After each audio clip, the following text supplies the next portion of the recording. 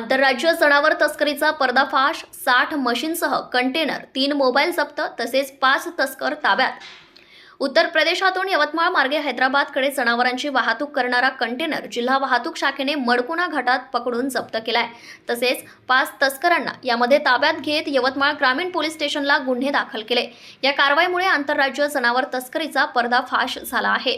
बिलाल अहमद अब्दुल गफ्फार वय 21 वर्ष राहणार केतीपुरा बागवत उत्तर प्रदेश, खालिद उर्फ खलील वय 40 वर्ष राहणार बरनावा उत्तर प्रदेश, वारिश पंचका खान वय 24 वर्ष राहणार पंचनका हरियाणा, शहीद बसीर वय 52 वर्ष राहणार बुढाणा देहांत शफीपूर पट्टी उत्तर प्रदेश, लतीफ सनोब सुबेदी वय 42 वर्ष राहणार पंचका हरियाणा अशी आरोपींची नावे आहेत।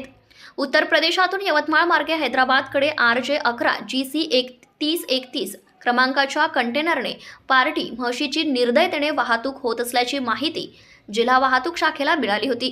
त्यावरून वाहतूक शाखेच्या पथकाने मडकुणा घाटात सापळा रचून कंटेनरला थांबवले। यावेळी कंटेनरमध्ये 60 म्हशी आढळून आल्या। पोलिसांनी 5 जणांना ताब्यात घेत 9 लाखांच्या म्हशी, 17 लाखांचा कंटेनर, 15 हजारांचे 3 मोबाईल असा एकूण 26,15,000चा मुद्देमाल जप्त केलाय। या प्रकरणी 5ही तस्करांविरुद्ध यवतमाळ ग्रामीण पोलीस ठाण्यात विविध कलमान्वये गुन्हे नोंदवण्यात आले आहे।